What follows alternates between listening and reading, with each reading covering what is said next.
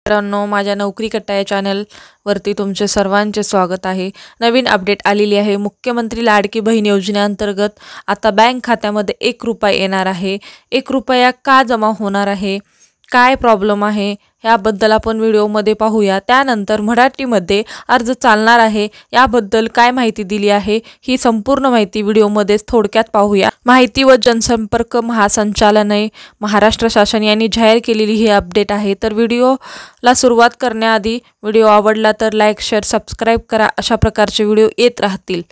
बघा, मुख्यमंत्री माझी लाडकी बहीण योजनेअंतर्गत तांत्रिक पडताळणी सुरू होत आहे। पात्र महिलांच्या बँक खात्यामध्ये 1 रुपया जमा होईल अशा अफवावर विश्वास ठेवू नये।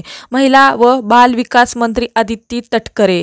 मुख्यमंत्री माझी लाडकी बहीण योजनेला राज्यात उत्तम प्रतिसाद मिळत आहे। या योजनेचा लाभ देण्यासाठी तांत्रिक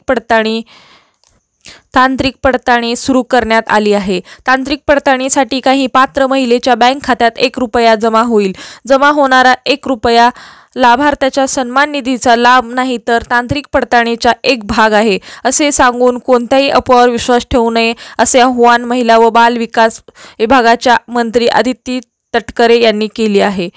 अदिती तटकरे म्हणाल्या की या योजनेद्वारे अर्ज सादर केलेल्या निवडक पात्र महिला अर्जदाराच्या खात्यात पैसे जमा होईपर्यंत या संपूर्ण प्रक्रियेची तांत्रिक पडताळणी करण्यात येत आहे। त्यासाठी प्रायोगिक तत्वावर काही निवड महिलांच्या बँक खात्यात प्रत्येक 1 रुपया जमा करण्यात येत आहे। बघा, या असल्या पण अफवेवर विश्वास ठेवू नका। 1 रुपया तुमच्या अकाउंटला जमा होणार नाही, ते फक्त तुमच्या बँक खात्यात येणार आहेत का पैसे या ते तांत्रिक पद्धतीची एक टेस्ट किंवा हे आहे।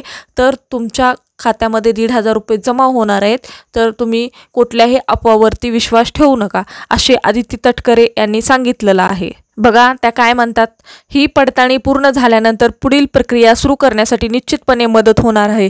हा एक तांत्रिक प्रक्रियेचा भाग असून याबद्दल कुठल्याही प्रक्रियेचा गैरसमज किंवा कोणत्याही अपप्रचाराला बळी पडू नका असे मंत्री अदिती तटकरे यांनी सांगितले आहे। बघा, अशा प्रकारच्या गैरसमजाला बळी पडू नका असे अदिती तटकरे यांनी सांगितलेलं आहे।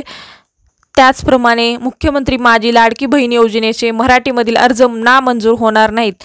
महिला व बाल विकास मंत्री अदिती तटकरे यांनी म्हणलेलं आहे की काही जणांचे प्रश्न होते की मराठीमधला फॉर्म आम्ही मराठीमध्ये फॉर्म केलेला आहे, आमचा फॉर्म रिजेक्ट होणार का? असं काही होणार नाही आहे। तुम्ही मराठीमधला फॉर्मसुद्धा आता चालणार आहे, त्यालासुद्धा अप्रूव्हल भेटणार आहे।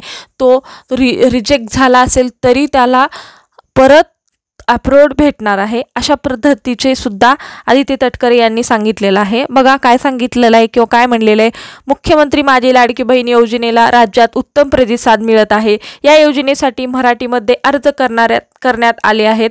पात्र महिलेसाठी मराठी भाषेमध्ये केलेले अर्ज ग्राह्य धरले जातील। मराठीमधील अर्ज नामंजूर होणार नाहीत असे महिला व बाल विकास मंत्री अदिती तटकरे यांनी स्पष्ट केले आहे। मंत्री तटकरे म्हणाल्या की अर्जाची प्रक्रिया करत असताना काही तांत्रिक अडचणीमुळे मराठी भाषेतील अर्जाची विषय चर्चेला आला होता, परंतु ही तांत्रिक अडचणी संबंधित बँकेने सोडविला आहे। बघा, ह्या पद्धतीचं पण तांत्रिक अडचणी आल्या होत्या, पण त्या विषयी बँकेने सोडवलेला आहे। हा प्रश्न बँकेने सोडवलेला आहे, तर आता मराठीत सुद्धा अर्ज चालणार आहे। त्यामुळे मराठीत केलेले अर्ज स्वीकारले जाणार आहेत। मराठीतील अर्ज नामंजूर किंवा अमान्य होणार नाहीत।